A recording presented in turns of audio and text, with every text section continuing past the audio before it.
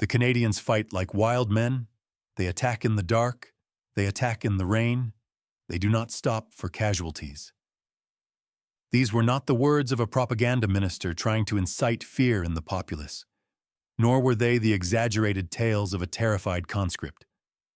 These were the cold, calculated observations found in the field reports of veteran German officers during the height of the Second World War. For the Wehrmacht, and specifically for the fanatical divisions of the Waffen-SS, the Western Front was a nightmare of overwhelming firepower. Yet within that nightmare, there was a specific hierarchy of fear. When the German soldier looked across the scorched earth of Normandy or the rubble-strewn streets of Italy, he saw three distinct enemies. He saw the Americans, and he feared their industry. The endless waves of tanks, the skies blackened by aircraft, and the seemingly infinite supply of artillery shells that could turn a grid square into dust. He saw the British, and he respected their tenacity, their stubborn discipline, and the weight of an empire that refused to break after 5 years of total war.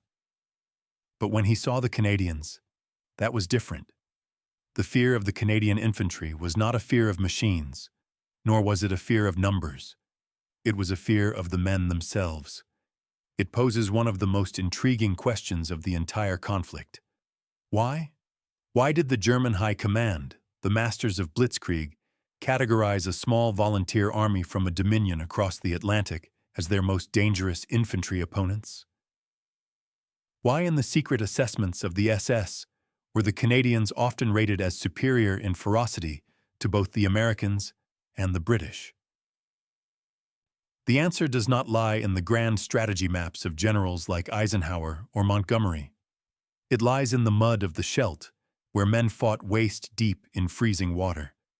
It lies in the shattered houses of Ortona, where the rules of civilized warfare were abandoned for knives and grenades. And it lies in a terrifying reputation that the Canadians did not just inherit from their fathers in the trenches of the First World War, but one they carved out anew with a brutality that shocked even their allies. To understand this anomaly, we must first strip away the modern image of Canada. Today, the world sees a nation of peacekeepers defined by politeness and diplomacy. But the Canada of 1939 to 1945 was a different entity entirely. It was a nation forging its identity in fire. While the United States brought the sheer weight of mass production to the battlefield, fielding a massive army that often had to rely on inexperienced conscripts to fill its rapidly expanding ranks, Canada took a different path.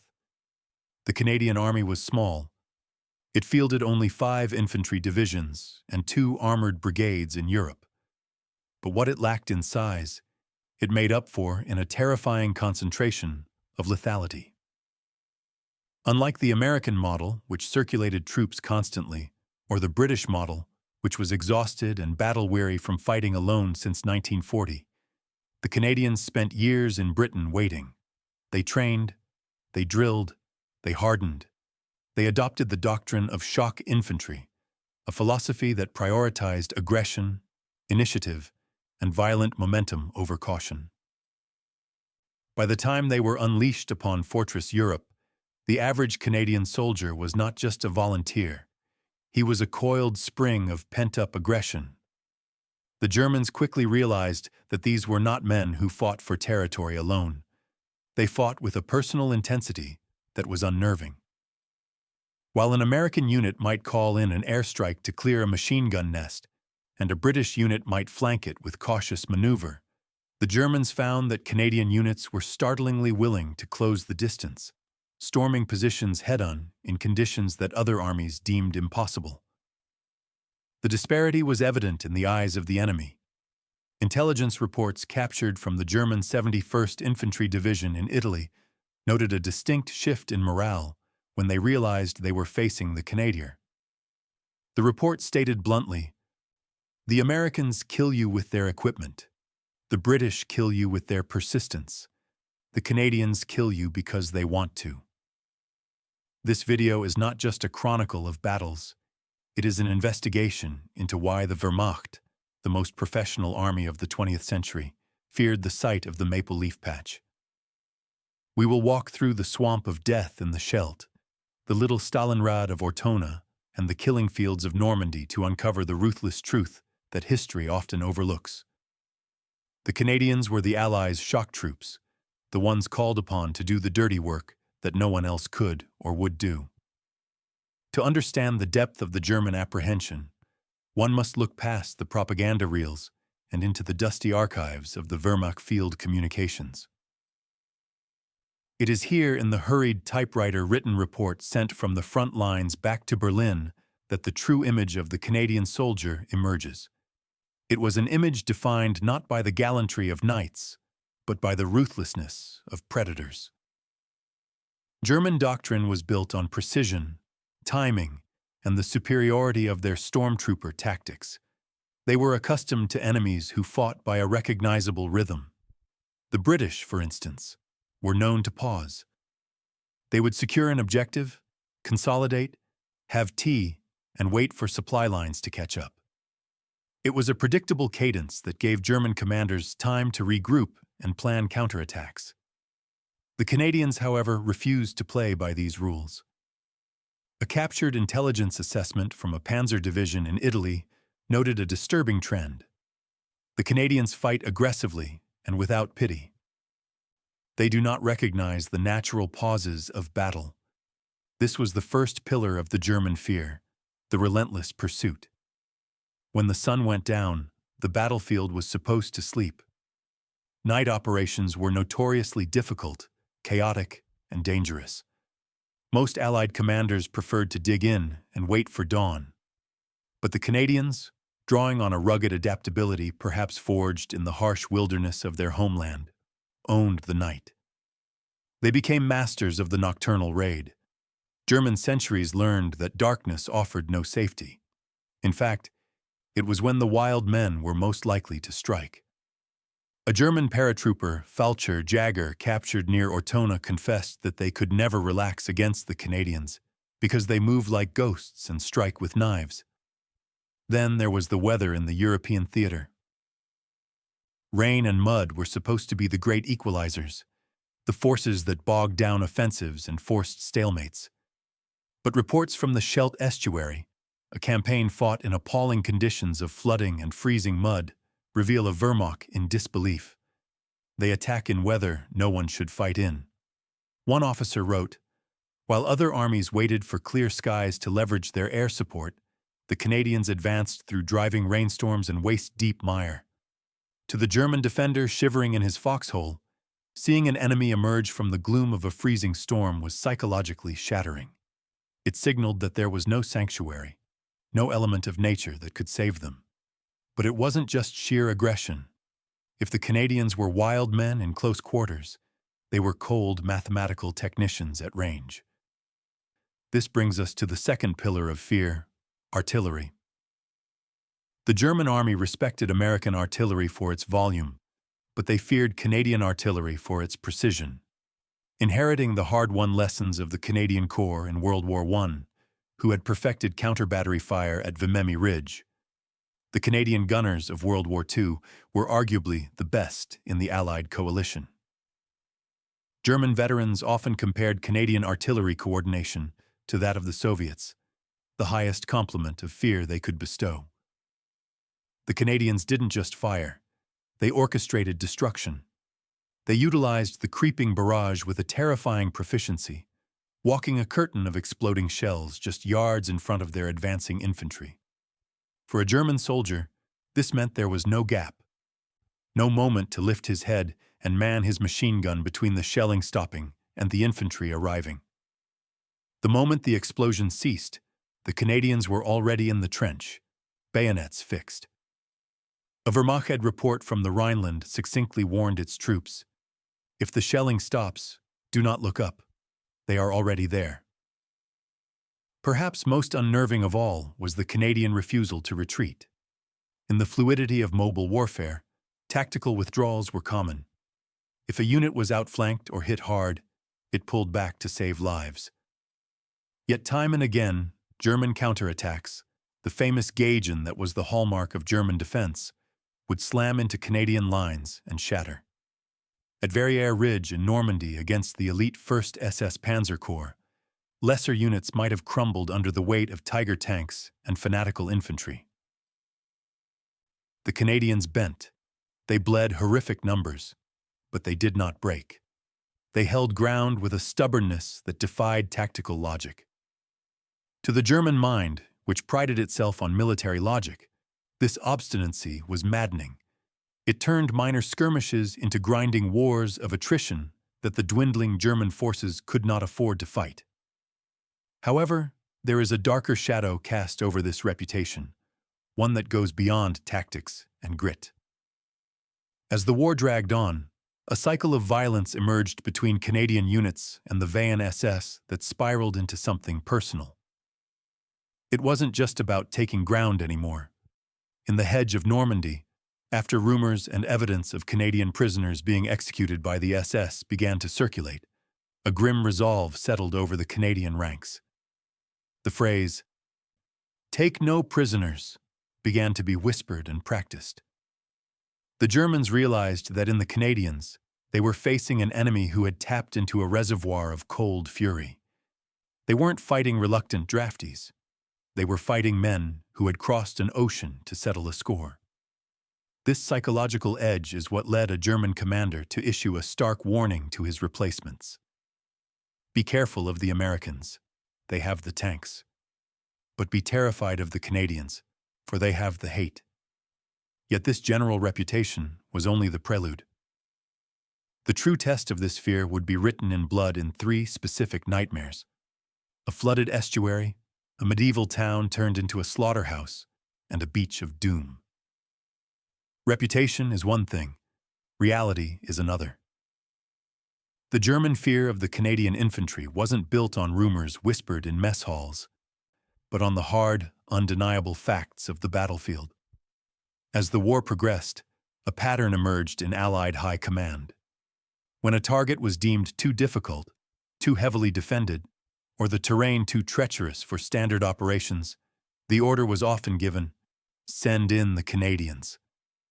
This role as the fixers of the Allied line placed the Canadian Army in some of the most hellish environments of the war, forging their legacy in 3 distinct crucibles of fire. The first was Ortona, Italy, in December 1943. To the German paratroopers of the elite 1st Parachute Division defending it, Ortona was a fortress.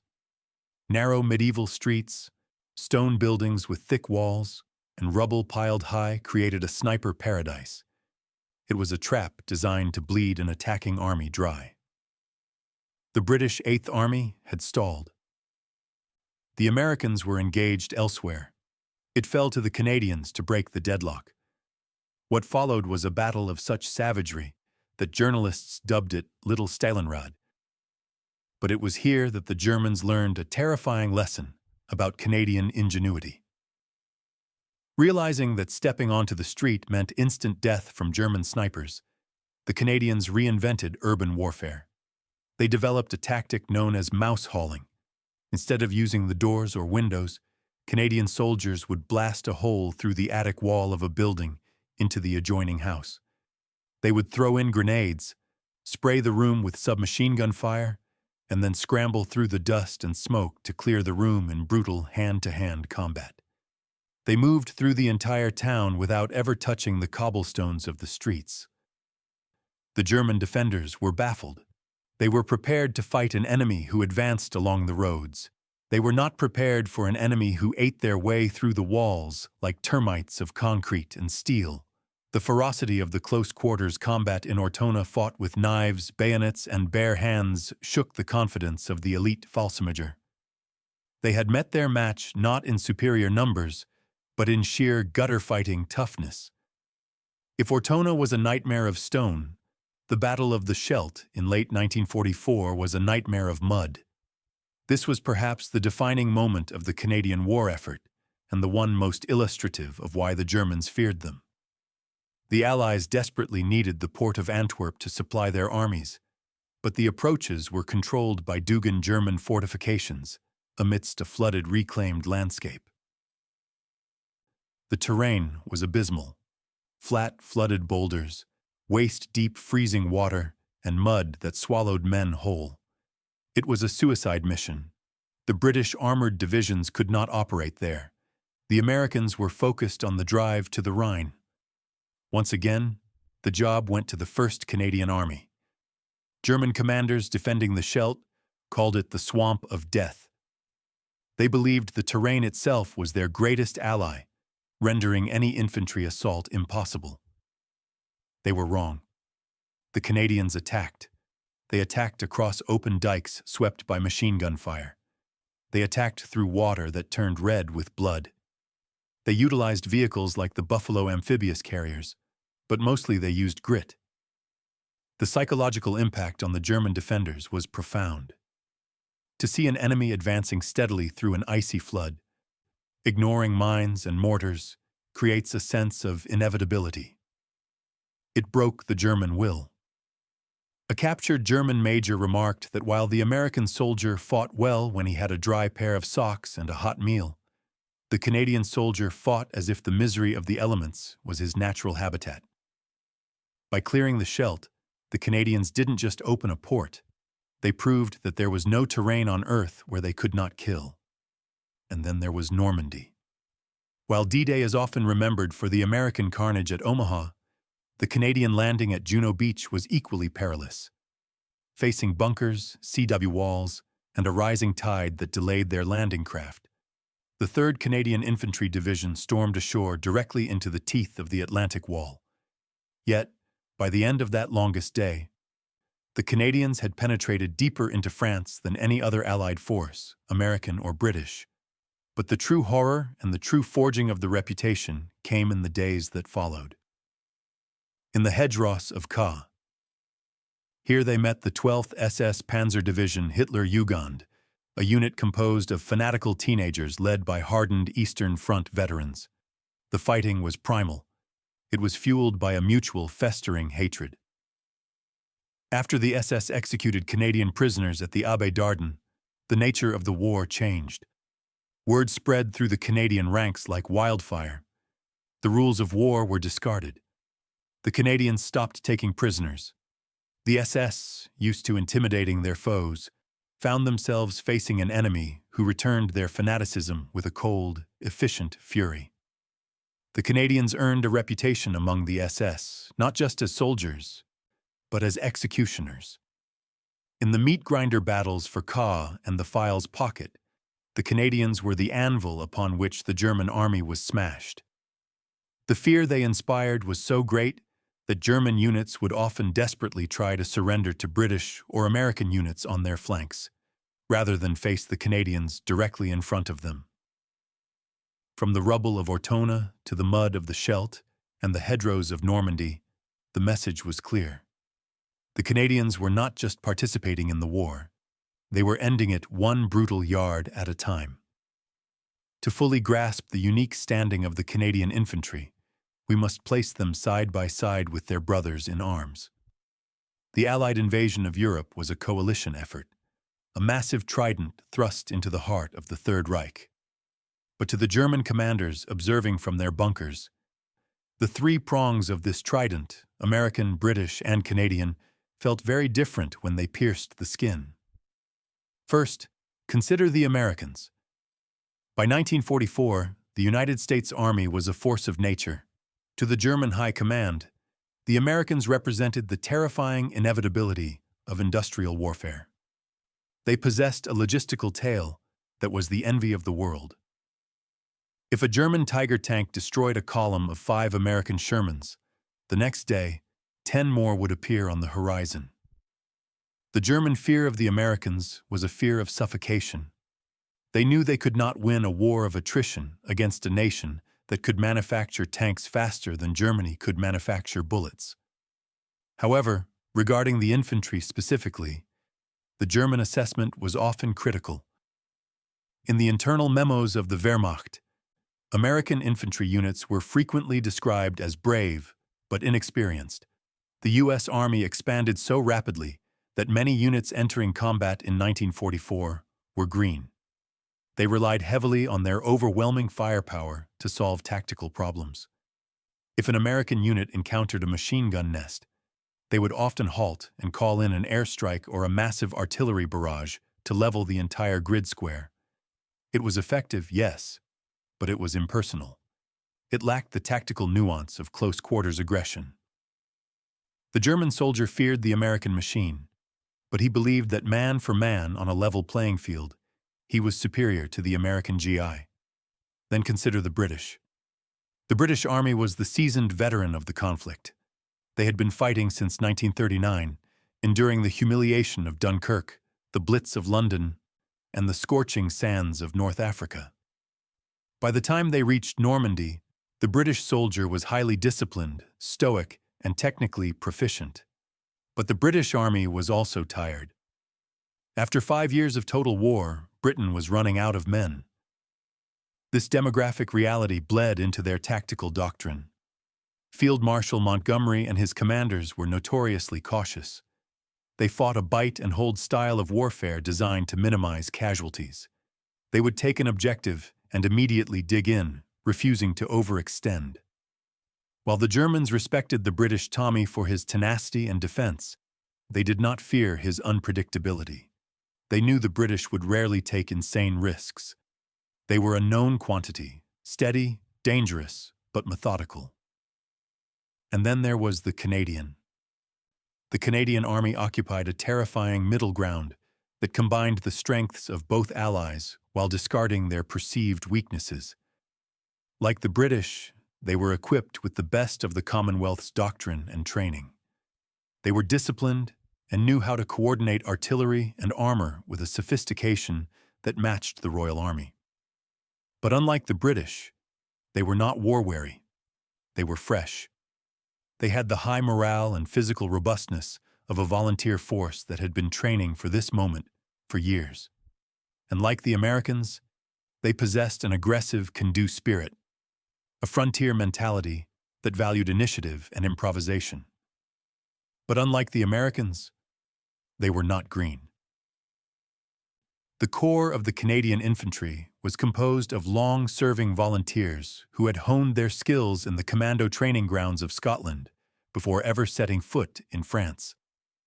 This combination created a soldier that the Germans found impossible to categorize and thus impossible to counter.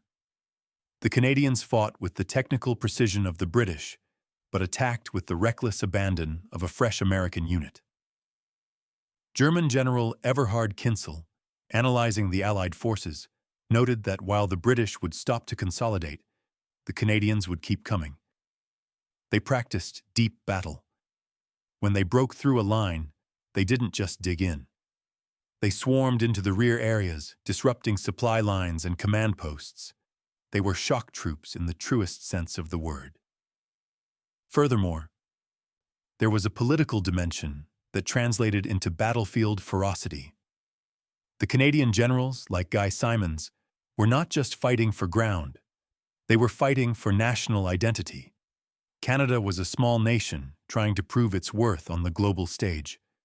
They demanded complex, high-prestige objectives to show the world what they could do.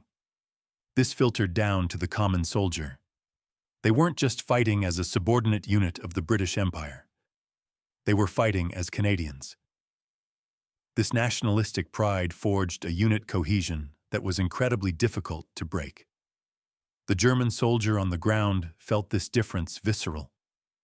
Facing an American sector meant enduring an artillery storm. Facing a British sector meant a grinding battle of attrition.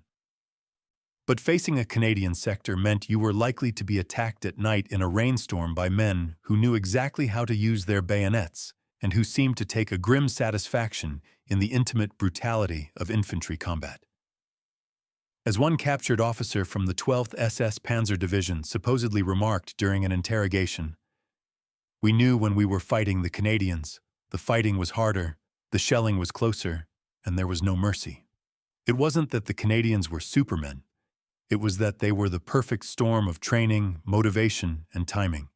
They arrived on the battlefield when the Germans were vulnerable, and they struck with a hammer that was both heavy and incredibly sharp. So we return to the question that haunts the archives of the Second World War.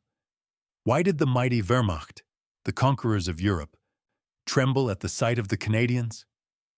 It was not because the Canadian army was invincible. They bled, and they bled heavily. In fact, the casualty rates for Canadian infantry units in Normandy were among the highest of any Allied nation. But it was precisely this willingness to bleed that terrified the enemy. The Germans were students of war. They understood logic, tactics, and self-preservation. In the Americans, they saw a mirror of the future, a war fought by machines and overwhelming logistics. In the British, they saw a mirror of the past, a war fought by empire and stubborn discipline. But in the Canadians, they saw something primal. They saw an enemy that fought not for global strategy, but for the inch of ground directly in front of their boots. The Canadian infantryman became the boogeyman of the Western Front because he broke the psychological contract of modern warfare. He attacked when it was irrational to attack. He fought when he should have retreated. And he carried a grudge that turned professional soldiers into ruthless avengers. From the sniper-infested ruins of Ortona to the flooded dikes of the Scheldt, the Canadians did the dirty work. They were the shock army of the British Empire, the sledgehammer pulled from the glass case only when the door refused to open. This reputation came at a terrible cost. Being the best meant being sent to the worst places. The names of the battles, DEP, Ortona, Verrier Ridge, the Scheldt, the Hulkwald Gap, are not just victories. They are graveyards. But in those graveyards, a new national identity was born. Canada did not emerge from World War II as merely a colony of Britain. It emerged as a nation forged in fire, demanding a seat at the table not because of its size, but because of the weight of its sacrifice. For the German soldier shivering in his foxhole in 1945, watching the relentless advance of the cockklad troops from the north, the nuance of geopolitics didn't matter. All that mattered was the fear. A fear that was uniquely Canadian. Perhaps the most chilling epitaph for the German experience against Canada was found not in a history book written decades later, but in the immediate terrified assessment of a German officer from the 346th Infantry Division. As his lines crumbled and his men surrendered to the wild men they had learned to dread, he wrote a final report that summarized the futility of opposing them. His words echo across the decades, a testament to the terrifying efficiency of the Canadian Corps. When the Americans attack, we call for artillery. When the British attack, we call for reserves. But when the Canadians arrived, we knew the battle was over.